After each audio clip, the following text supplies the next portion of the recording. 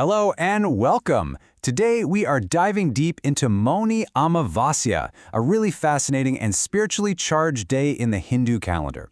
And we're going to be looking specifically at the year 2026 because there's a pretty unique cosmic alignment that's set to make this day even more powerful.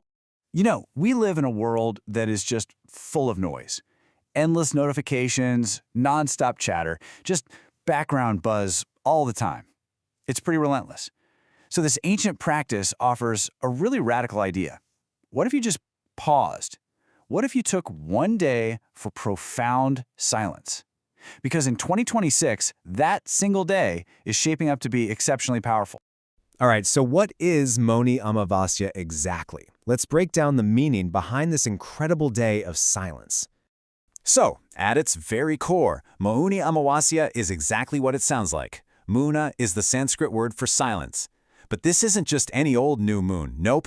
It's considered the most powerful Amavasya of the entire year, a day that's specifically set aside for inner silence and deep introspection. And you know, the benefits here go way beyond just not talking. It's seen as a time for some serious spiritual purification, a chance to cleanse negative karmic imprints, which are known as samskaras. It's also believed to be the absolute best day to honor your ancestors. And by observing silence, you're not just resting your voice, you're actually strengthening your willpower and building some incredible mental clarity. Now, the roots of this whole observance go way back, deep into mythology. They connect it to the very beginnings of humanity and, of course, the sacred rivers of India. You see, ancient scriptures tell us that Mauni Amavasya is the very day that Manu Rishi, who is considered the first human in the Hindu tradition, actually appeared on Earth. So observing this day is kind of like a way of connecting back to our deepest, most ancient origins. The spiritual power of this day is also directly tied to the sacred Ganga River. There's this profound belief that on Mauni Amavasya, its waters literally transform into Amrit, the divine nectar of immortality. And that's why you see millions of people taking a holy dip, all looking for that soul-cleansing experience. Okay, let's get into the specifics of 2026. Because this is not just any Mauni Amavasya. There is a major astrological event happening that really makes it a true powerhouse of a day. All right, you're going to want to mark your calendars for Sunday, January 18th, 2026.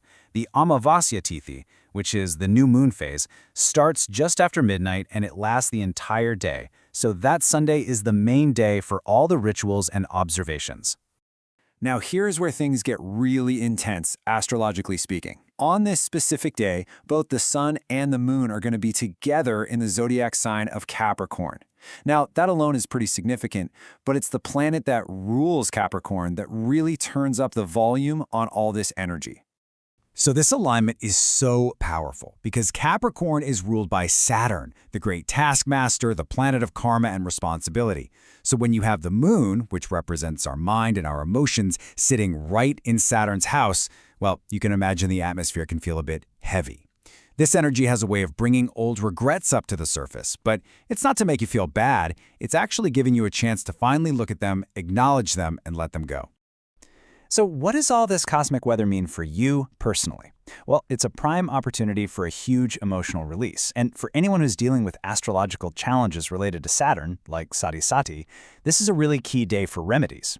On a practical level, because this energy can make our speech a little agitated, observing silence becomes this incredible tool to just avoid conflict and save your own energy. Okay, so we've covered the what and the why. Now let's talk about the how. Let's look at the rituals and the rules for observing this day, even if you're just at home. What's great is that this makes the whole practice incredibly accessible. You can kind of simulate that holy dip by just adding a few drops of Ganga water to your own bath. The most important ritual, though, is the Maun Vrat, that vow of silence, even if it's just for a couple of hours.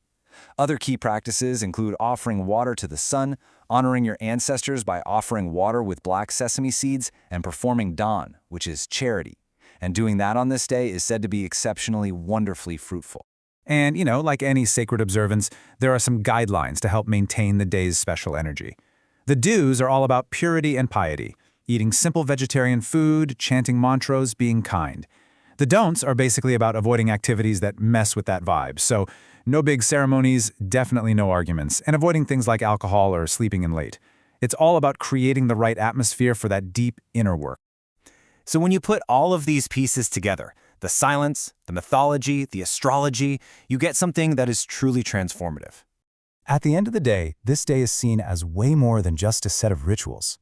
It's really seen as a genuine portal, an opening, a chance for a fresh start on a soul level. I want you to think of Mauni Amavasya 2026 as your scheduled cosmic deep clean. Seriously, it's a day that's intentionally designed for you to hit the reset button, to release that old karmic baggage, and to consciously align yourself with a new, much clearer path forward. It's just a really powerful opportunity for everyone, no matter what your path is. So I guess the only question left is this. When the world finally goes quiet for a day, what will you choose to listen to? How will you use the silence?